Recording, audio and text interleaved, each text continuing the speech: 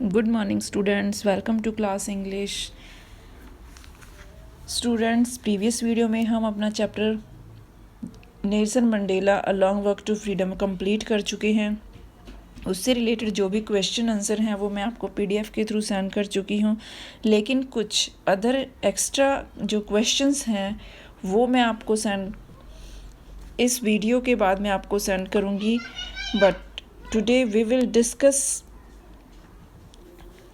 A new poem a tiger in the zoo. आज हम जो हमारी पोएम है, poem number 3, a tiger in the zoo, written by Leslie Norris, वो हम रीड करेंगे। उसके स्टैंजाज, उसकी एक्सप्लेनेशन देखेंगे कि क्या इस पोएम में जो पोइट है हमारे, उसने क्या बताया है। अ टाइगर इन द जू, टाइगर का पता है आपको, जू का पता है कि जू क्या होता है, चिड़ियाघर। कि this poem contrast a tiger in the जू with a tiger in its natural habitat. जो ये पोएम है वो कंट्रास्ट करती है, कंपैरिजन करती है एक टाइगर का, कि एक टाइगर जो जू में रहता है और उस टाइगर के साथ कंपैरिजन हो रहा है जो अपने नेचुरल हैबिटेट में रहता है। नेचुरल हैबिटेट मीन्स जो उसका नेचुरल हैबिटेट होता है जंगल लाइक का, जैसे वो जंगल में रह रहा है और वो जो टाइगर जू में रहता है, कि इन दोनों में क्या डिफरेंस है, कि दोनों में क्या कंट्रास्ट है। उस कंट्रास्ट को जो पॉइंट है लेस्ली नॉरिस वो रिप्रेजेंट कर रहा है कि कैसे उन दोनों में क्या डिफरेंस है। कि टाइगर जो जू में रह रहा है वो दूसरा विद इट्स, जो टाइगर है वो रहता है अपने नेचुरल हैबिटेट में। The poem moves from the zoo in the jungle, जो पोएम है वो मूव करती है जू से जंगल के बीच में, and back again to the zoo, और फिर से जू में आती है। So read this poem. He stalks in his vivid strips the few steps of his cage on pads of velvet quiet in his quiet rays। अब जो भी मैं आपको इस स्टैंजास के मीनिंग होंगे, वर्ड्स के डिफ़िकल्ट मीनिंग्स, वो आपने साथ के साथ अपनी नोटबुक्स में नोट करनी है। First of all, he stocks, stocks मतलब होता है फॉलो करना। Stalks moves quietly and slowly. Vivid. Vivid means having deep bright colors. बिल्कुल कि bright color, चमकदार।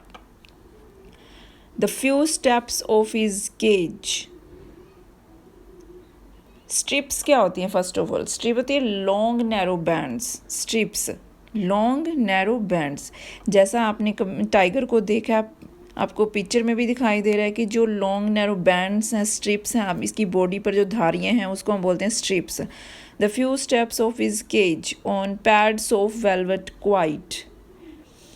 अब पैड्स किसे बोला गया है? जो उसके soft part under the feet, कि जो बिल्कुल सॉफ्ट पार्ट होता है उसके पैर के नीचे का पार्ट होता है, उसे बोलती हैं पैड्स। पाज ऑफ द टाइगर, टाइगर का जो पंजा होता है उसके नीचे का जो पार्ट होता है अंडर द फीट, उसे बोलते हैं पैड्स।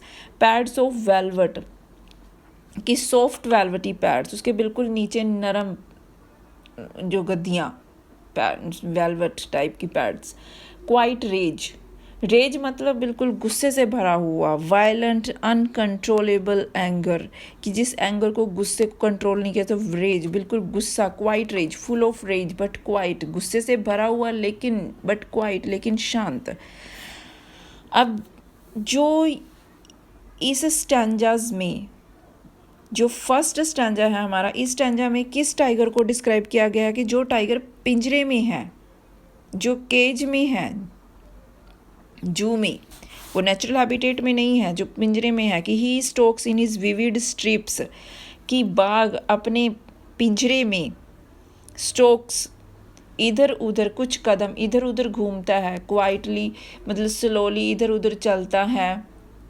विविड स्ट्रिप्स, अपन की उसके शरीर पर बिल्कुल ब्राइट कलर की स्ट्रिप्स हैं, धारियां हैं, चमकदार रंग की धारियां हैं।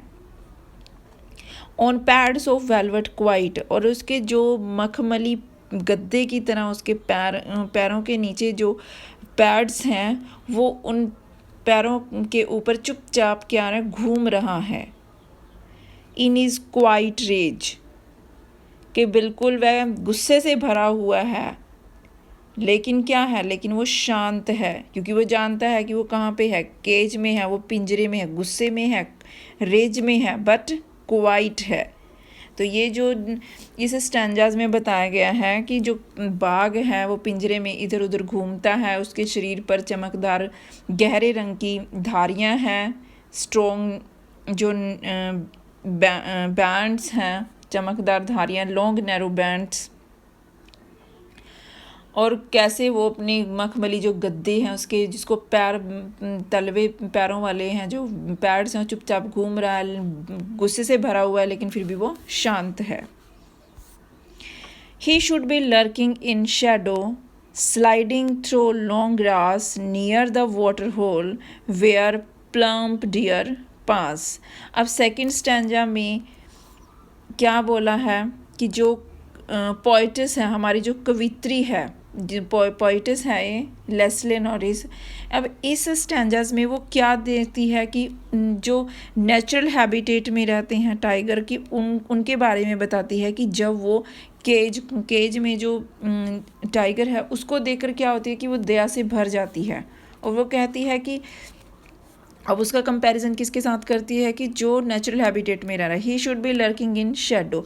लर्किंग का मतलब होता है lying hidden in order to attack. Lurking कि अटैक करने के लिए बिल्कुल घात लगाकर बैठे रहना, कि चुपके से अटैक करना।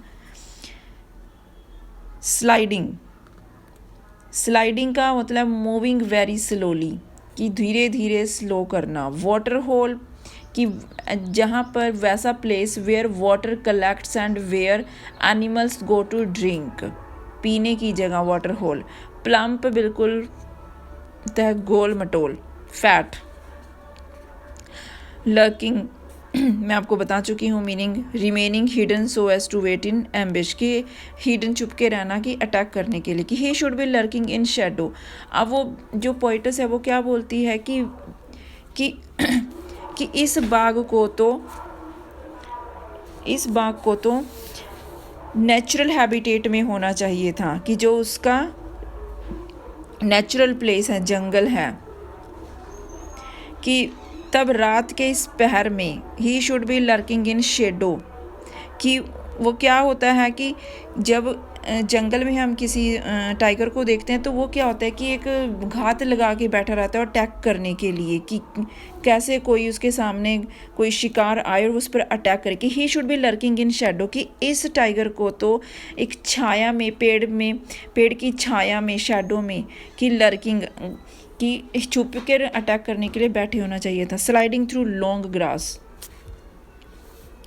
कि किसी लंबी लंबी घास में धीरे धीरे से छुपकर बैठना। स्लाइडिंग थ्रू लॉन्ग ग्रास, कि जहाँ पर थोड़ा थोड़ा वो स्लोली मूविंग हो रहा है, कि लंबी लंबी घास में से।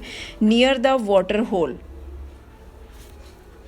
कि near the water hole where plump deer pass, कि ऐसे वाटर होल की मतलब place where water collects and where animals go to drink, कि ऐसा प्लेस जहाँ पर पानी इकट्ठा है और एनिमल्स पीने के लिए जाते हैं, कि वहाँ पर उसे उसको वेयर प्लम्प डियर पास, कि वाटर होल के पास जो गोल मटोल से डियर, हिरण, कि वहाँ पर पानी पीने के लिए आए और वो उनकी प्रतीक्षा कर रहा होता, कि इस टाइगर को तो उस जगह पर होना चाहिए था, कि वो उनका वेट करता कि कोई पानी पीने आए और मैं उस पर अटैक करूं।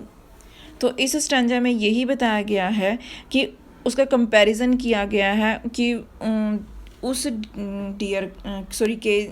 टाइगर का, कि जो केज में है और जो नेचुरल हैबिटेट में है, कि क्यों काश वो बैठा होता वहाँ पर, कि जंगल में होता, पेड़ की छाया में बैठा होता, लंबी लंबी घास में चुपके से सरक कर आता और उसके गोल मटोल जो डियर आते पानी पीने के लिए, उन पर अटैक करने के लिए उनकी वेट कर रहा होता। नेक्स्ट है he should be snarling around house at the jungle's edge, baring his white fangs, his claws, terrorising the village. अब वो ये इमेजिन करती है पोइटस, कि वो इमेजिन करती है कि अगर टाइगर, कि अगर उसको वहाँ पर नहीं खाने को कुछ मिलता, कि शिकार ढूंढने में बिल्कुल सक्सेस नहीं होता, तो वो क्या करता कि वो अपना नेचुरल हैबिटेट छोड़कर कहाँ पर जाता। ही शुड बी स्नॉर्लिंग। स्नॉर्लिंग का मतलब होता है ग्रोलिंग करना, गुर्राना। बेरिंग का मतलब होता है शोइंग करना, दिखावा करना। फैंग्स, फैंग्स होता है उसके लॉन्ग, लंबे लंबे शार्प टीथ। टेरराइजिंग का मतलब होता है बहुत डरा हुआ, मतलब डराता हुआ, causing great fear.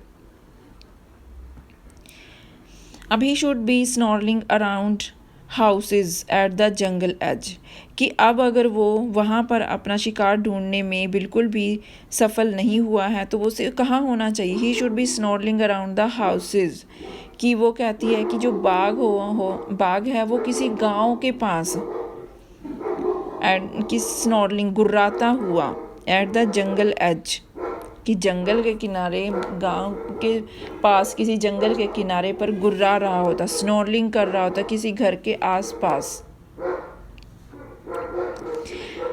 Bearing his white fangs, white fangs मतलब उसके बड़े बड़े टीथ, लार्ज शार्प टीथ, कि उनको दिखाता हुआ, वो शो करता हुआ और अपने क्लास को, अपने पंजे को दिखाता हुआ इधर उधर घूमता होता। टेरराइजिंग द विलेज, और गांव वालों को डराता हुआ घूमता। तो वो जो पोइटस है वो इस बात की ओर पॉइंट आउट करती है कि अगर हम टाइगर के जो नेचुरल हैबिटेट है कि इनको डिस्ट्रॉय कर देंगे तो वो अपना जो फूड है, अपना शिकार है, उसको ढूंढने के लिए वो क्या हो जाएंगे, हमारे विलेजेस, हमारे टाउन्स की तरफ वो मुंह मोड़ने के लिए मजबूर हो जाएंगे, कि तभी वो यहाँ जो रहने के स्थान होते हैं वहाँ पर जाने के लिए मजबूर हो जाएंगे। But he is locked in a concrete cell, his strength behind bars, stroking the length of his cage, ignoring visitors. Concrete का मतलब होता है कि made of cement, sand and stone, कि a building material made from a mixture of broken stone और gravel, sand, cement और water. कि concrete एक सेल जो सीमेंट से बना हुआ और सैंड से, सेल का होता है very small room. He is strength behind bars, strength behind bar का मतलब होता है कि वो स्ट्रॉन्ग एनिमल है बट वो हेल्पलेस है, because he has been put behind bars. Stalking का मतलब बताया था मैंने आपको कि walking slowly and quietly. The length of his cage, अब लेंथ ऑफ हिज केज, कि उसकी लेंथ केज की, कि along the length of his cage, कि जो उसकी केज की लेंथ थी उसके साथ साथ। इग्नोरिंग का मतलब होता है नॉट पेइंग एनी अटेंशन, कि कोई ध्यान नहीं देना, इग्नोर करना। कि but is locked in a concrete cell. अब कभी फिर जो पोइटस है वो फिर से आती है, चिड़िया जो जू का है, जू का बना हुआ जो केज है उसको दिखाती हुई, जो उसके लिए कोठरी के समान है, एक कि सेल के वेरी स्मॉल रूम कोठरी के समान है, कि उसको बताती हुई पॉइंट आउट करती है। लेकिन जो ये टाइगर है वो जंगल की बजाय, नेचुरल हैबिटेट की बजाय वो कहाँ है, हम लॉक्ड है कंक्रीट सेल में, कि सीमेंट और सैंड से बनी हुई स्मॉल से रूम में उसको लॉक किया हुआ है। स्ट्रेंथ बिहाइंड बार्स, लेकिन जो उसकी स्ट्रेंथ है वो शक्तिशाली जानवर है, स्ट्रॉन्ग एनिमल है, but is helpless because he has been put behind bars, कि उसे इन बार सलाखों के पीछे रखा गया है। Stalking the length of his cage, अब वो धीरे धीरे मूव करता है केज की लेंथ, जो भी उसकी केज की लेंथ है उसके साथ साथ वो घूमता है, कि जितनी भी उसकी एरिया है केज का, कि उसके साथ साथ वो घूमता है। इग्नोरिंग विजिटर्स, कि जो विजिटर उसे देखने के लिए आ रहे हैं जू में और वो उसको इग्नोर करता है, कि कोई उसकी तरफ, कि वह उन लोगों की तरफ भी कोई ध्यान नहीं देता, इग्नोर करता है, कि जो उसे देखने के लिए जू में आते हैं। अब नेक्स्ट है he hears the last voice at night the patrolling cars and stares with his brilliant eyes and the brilliant stars. अब पेट्रोलिंग का मतलब होता है going around to see that it is safe and there is no trouble, कि गाड़ियाँ जो patrolling मतलब कि राउंड पर आती हैं ये देखने के लिए कि सब कुछ सेफ़ है, कोई प्रॉब्लम तो नहीं है, उसे बोलते पेट्रोलिंग। ब्रिलियंट, ब्रिलियंट का मतलब यहाँ आती शाइनिंग, चमकती हुई, कि ही hears the last voice at night. लेकिन अब वो जू के जो जू में है टाइगर, उसके बारे में बताता है कि जो टाइगर है कि ड्यूरिंग द डे, दिन के दौरान वो आने वाले लोगों की वजह से कोई भी आराम नहीं प्राप्त होता उसे, वो इग्नोर करता है। लेकिन उनकी जो गाड़ियाँ विजिटर्स जो आते हैं उसे देखने के लिए, कि उनकी वजह से कोई रेस्ट नहीं मिलता उसे। अब रात को भी वो गश्त लगाने वाली गाड़ियों के शोर की वजह से बेचैन रहता है। कि ही क्या देखते हैं कि पेट्रोलिंग कार्स की जो कार आती हैं पेट्रोलिंग करने के लिए, राउंड लगाने के लिए, कि उनकी वजह से भी वो पूरा नाइट है वो परेशान रहता है, बेचैन रहता है। अब वो लास्ट वॉइस सुनता है, मतलब उस रात में वो जो लास्ट में आती है पेट्रोलिंग करने के लिए उनको सुनता है, and stares with his brilliant eyes and the brilliant stars. अब वो क्या करता है, अपनी ब्रिलियंट आइज, चमकती आँखों के साथ वो चमकते हुए उन ब्रिलियंट स्टार्स को देखता है। और शायद वो जो पोइटस वो ये इमेजिन करते कि शायद वो स्वर्ग में बैठे उस गॉड से ये पूछ रहा है कि उसे वहाँ क्यों बंदी बनाकर रखा गया है, कि जो उसका हैबिटेट है, निवास है, वो तो क्या है, जंगल है, कि लेकिन फिर भी उसे इस केज में बंदी बनाकर क्यों रखा गया है।